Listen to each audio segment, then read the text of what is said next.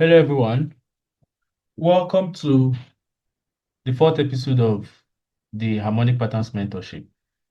Okay, so I'm making this recording not too long after I did the previous one. So I'm still fresh on the information we did on the previous episode, which we talked about Fibonacci. And I believe most of you must have gotten the insight I was trying to give about how to use the Fibonacci tools and how you can use it on your chart. On episode 4, we are going to be discussing more about um, practical examples of harmonic patterns. And I think this is the right time for us to now start applying harmonic patterns on the chart, and also for me to give you guys insight to how you can apply these patterns. Okay. So I'm going to first go over to the ebook. This is me trying out harmonic patterns on the practical illustration. Okay, so I'm just, trying out the patterns, and I'm going to show you guys how I was able to get my own tool to look like this, because you can also edit yours to look whichever way you want it to look. So I prefer mine like this because this is kind of like the closest to how it looks on the ebook, and this is kind of like the closest to how I have been using it because it helps me give the insight to the Fibonacci retracement, and it's also visible enough for me to apply to smart money concept. So I use mine with smart money concept, which is why I have it this simple and disorganized. So I'm going to show you how it looks on default, and also I'm going to show you how you can also edit it back to this. So I'm going to send it back to default and then re-edit it for you to see how I do it like this. So you can also set yours to look similar to how I'm doing my own so you can understand how to use this tool. So let's go over to the ebook to continue from where we stopped from the previous class. All right, so on the ebook, this is chapter 3. Okay, we are still on chapter 3, which is the core harmonic patterns. On the previous episode, I discussed about this particular one, the Gartley pattern, which is the traditional pattern from the oldest, let's put it that way, the oldest pattern. So based on today's class, I'm going to be using the butterfly. Let's use the butterfly pattern for today's study section, since we already talked about a different pattern in the previous one. And then in the next one, we're going to talk about the bat. And then, maybe in the last one, I would use the shark or whichever one I find available at that time. So on the butterfly is it's kind of like it's very easy to understand. I believe you must have gone through the details on the screen. And also you can see the Fibonacci ratios of the butterfly here. And on that particular pattern you see on my chart is also a butterfly. Okay, so I identified the butterfly pattern. And what I'm going to do is that I'm going to try and copy this picture so it can also appear on my trading view. So while we're using it for case study, we can also observe the pattern from the screen. So you can also see how I draw these stops using the pattern itself. Okay. So, and also if you don't have this ebook or you're new watching this particular recordings, please, you can check the link in the description. The link to the Telegram community where we shared the ebook for free should be available there. And then you should also get access to our Telegram community where individuals share their chart and analysis on a regular basis. Okay. Okay. Now we are on the chart, and this is the butterfly pattern I was telling you about. Okay. And as you can see on my screen, I'm identifying a bearish butterfly. This is GBP a current chart. And let me get the ratios from the ebook. The Fibonacci ratios, like I discussed with you guys in the previous episode. These ratios are used, to identify where you can place your patterns on. So is better you know how to use them, or basically have a means of identifying them when you're trying to use harmonic patterns. If you can't have them on your screen, then it's better you maybe have an easy access to the pattern itself, so you can easily just look at these stuffs before you use them, so you don't get confused. Okay, for me, I like to place it on the screen. So as I look into the pattern itself, I also observe if it's in accordance to the Fibonacci ratios, and also if it looks like how the pattern is supposed to look. And if we look at this analysis, which I'm predicting on the current chart of GBP NZA, okay, we can also see that there's a possibility of a bearish butterfly forming.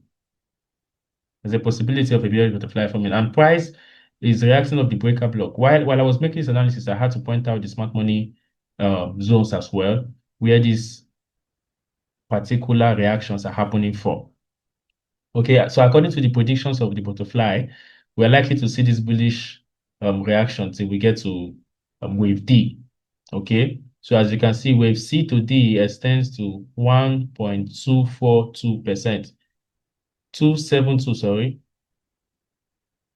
Okay, so you can see that wave to D, C to D extends to, which is, it's called extend because it breaks above this range.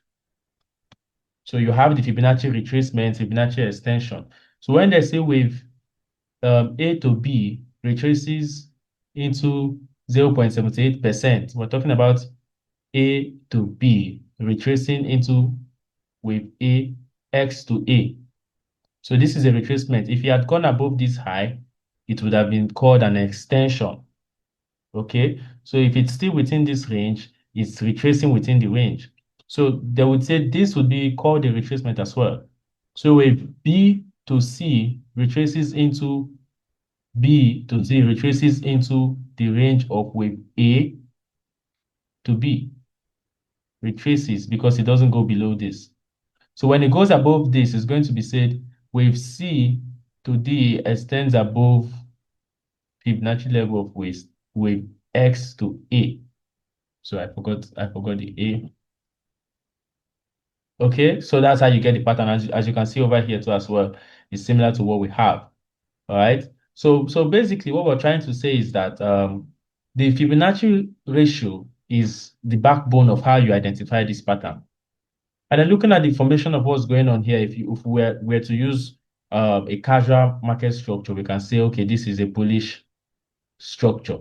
And if it's predicting that it's a bearish structure, then the swing range has to be probably within a bearish structure, right? So that's the only reason why we'll be having a bullish prediction for this zone here. And then we can also see the fair value gap, the imbalance that happened here. So it's also possible that maybe something like that is likely to form around this zone, but we don't know. It's still a prediction, and we're still trying out this pattern for study purposes. So you can also study it yourself and see how accurate it actually is.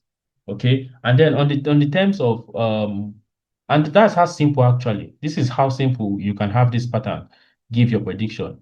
If you were earlier or if we were around this zone, they would have said, okay, since it's reacting off a breaker block zone, and as smart money traders, we are familiar with trading off breaker block. Okay, when it comes to picking a breaker block zone, it's not that difficult for you. Then you can say, okay, let me place my entry here, right? And then once you place your entry there, you can say, let me place my SL below this, or you can say, let me extend my SL below this and my TP around this zone. That would still be a good trade, right? That would still be a good trade. So this is not really a very complex system to trade with. It's something that once you're familiar with it, it's easier for you to use. It's very easy for you to use. And then I talked about how to identify these patterns. I talked about how to identify these patterns on your own chart. And then if you can follow my cursor here, you can see that the harmonic patterns are also found within the same area where you find, I think, the Elliott wave patterns as well. Okay, so this is called the XABCD pattern. XABCD pattern. So basically, it's a summary of the pattern you use to form your harmonic pattern, because all these patterns are drawn with Fibonacci ratio. So it's the same X, A, B, C, D. So when you see this on your trading view and you're wondering, what's X, A, B, C, D pattern? They're talking about your harmonic patterns. The cipher is also a harmonic pattern, but as you can see here, it has its own tool of drawing it. Maybe when we get to that point, we will look into that particular pattern itself. And then there's a tool for head and shoulder pattern as well. Hold on, let me zoom in so we can get a better view of this stuff. Okay, so as you can see over here, X, A, B, C, D pattern.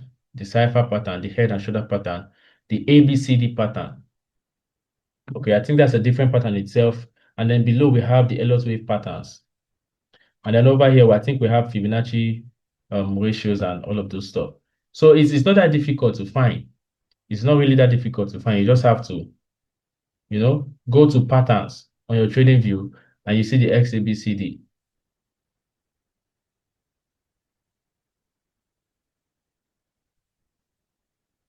Okay, that's it. You see, it's the same stuff we have here. So it's not that difficult to find. And then when it comes to setting it to default, like you want to have it similar to how I have mine here, it's a different setting itself. So I'm going to show you guys how you can do that. Let me send this one back to, let me reset it. See if it's possible to have it reset.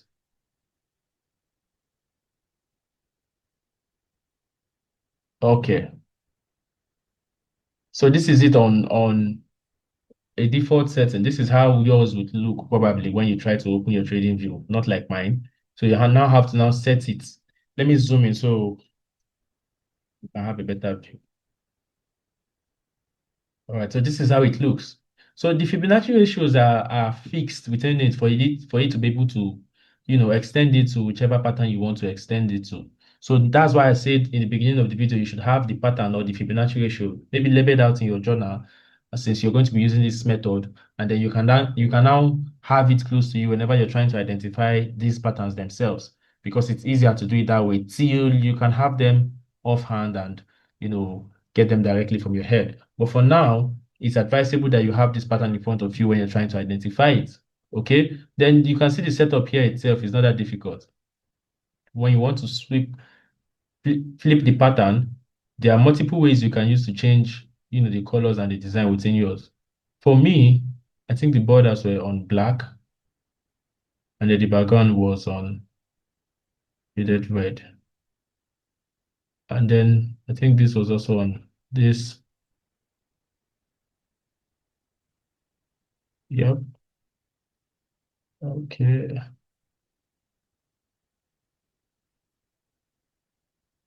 Okay, I think this is it.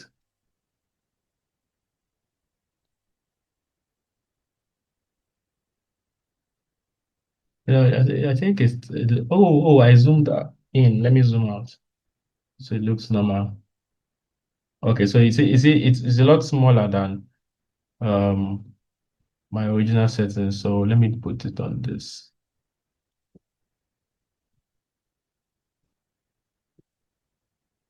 Okay. So at least you can see me do this in front of you. So you too can also edit yours the way you want to. I advise you making analysis from your system, not your phone. And if you don't know how to use analysis on your system and you're planning to be successful in trading, it's like trying to go to the farm without tools. Okay, it's like trying to go to the farm without tools. You have to have your phone. Back in the days, your phone is not available, so you can only trade when you're in front of your screen. But now we have the phone, right? But at the same time, you have to be aware that there are some certain features you won't be able to use on your phone. So yes, you have to have your phone so you can use your MT4. But at the same time, when it comes to breaking the market in a way that you can understand it, you have to have your trading view. And there's no point in having a trading view on your phone and then still having your MT4 because they are both just transmitting the same information, right? So you have to use the trading view on your system, which gives you a broader view and extended features compared to what you have on the MT4. So yes, I do think these patterns are available on your MT4, but I won't be showing you how to use that because I don't advise you to use that. I would advise you to instead get a system where you can use these patterns properly. So this is how you use the harmonic patterns itself, and this is how you set them. If you watch the episode 3, if you have not watched the episode 3, then this episode itself is going to be that boring to you. But if you did watch the episode 3, you would probably be looking forward to this episode because majority of what I'm explaining to you here were things I already broke down on those episodes. Okay, this is just an extended version of that episode showing you how I apply this on the chart so you can also apply it because on that episode, there was no application on the chart. It was strictly breakdown from the diagram and how these Fibonacci ratios work. So on episode 5, we're going to be seeing how this particular analysis plays out. Okay. And then also we're going to be looking at trying to identify a different pattern on the chart. And also I'm going to be looking forward to having a live section with my team and see how we can have questions from those of them who have been following up with this pattern. And then, address those questions as well, which would be available in the community on Telegram. So if you're not in the community, it's advisable that you join so you can get a broader understanding of this particular method if this is your first time. Okay, so I will see you on the next episode, and we would be done with this entire mentorship program. I think very soon, because harmonic patterns is not that difficult. It's a simple method to understand. You just have to have the insights to how it works, and then you know how to use them. So I'll see you on the next episode. Bye.